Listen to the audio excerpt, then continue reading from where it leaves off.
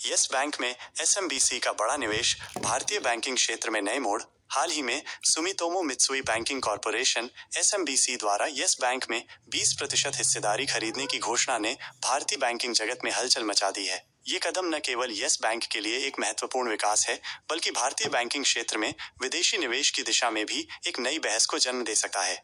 Yes bank में ये हिस्सेदारी बिक्री कई प्रमुख वित्तीय संस्थानों द्वारा की जा रही है, जिनमें state bank of India, SBI, IDFC, federal bank, बंधन बैंक, आईसीआईसीआई बैंक और एचडीएफसी शामिल हैं। दिलचस्प बात यह है कि इन बैंकों ने 2015 में यस बैंक के शेयर मात्र 10 रुपए के भाव पर खरीदे थे और अब 21 रुपए और 50 पैसे पर बेचकर लगभग 115% का मुनाफा कमाया है, जो कि सालाना आधार पर 20% से अधिक की वृद्धि दर्शाता है। एसबीआई के विश्लेषकों का मानना है कि इस सौदे से वित्तीय वर्ष 2026 में एसबीआई के मुनाफे में लगभग 7.5% तक की वृद्धि हो सकती है।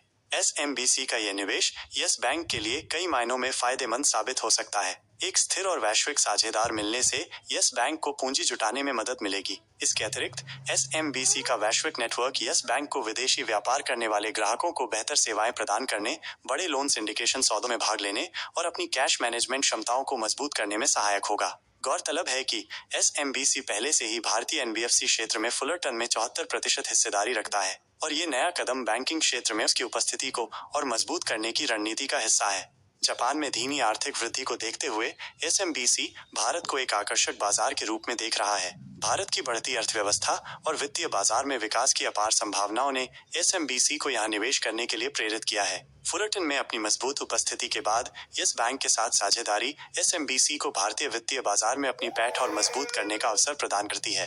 भारतीय रिजर्व बैंक आरबीआई के मौजूदा नियमों के अनुसार कोई भी विदेशी बैंक किसी भारतीय बैंक में 26% से अधिक हिस्सेदारी नहीं खरीद सकता है।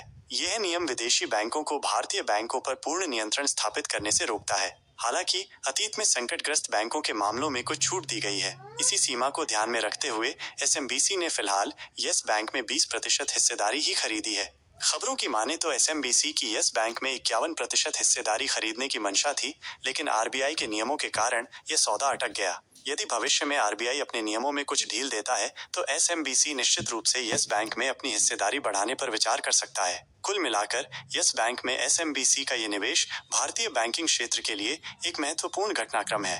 ये न केवल यस बैंक को नई ऊंचाइयां छूने में मदद कर सकता है, बल्कि अन्य विदेशी निवेशकों के लिए भी भारत के बैंकिंग क्षेत्र में प्रवेश करने के नए रास्ते खोल सकता है। अब यह देखना दिलचस्प होगा कि आरबीआई भविष्य में अपनी नीतियों में क्या बदलाव करता है और इसका भारतीय बैंकिंग परिदृश्य पर क्या प्रभाव पड़ता है।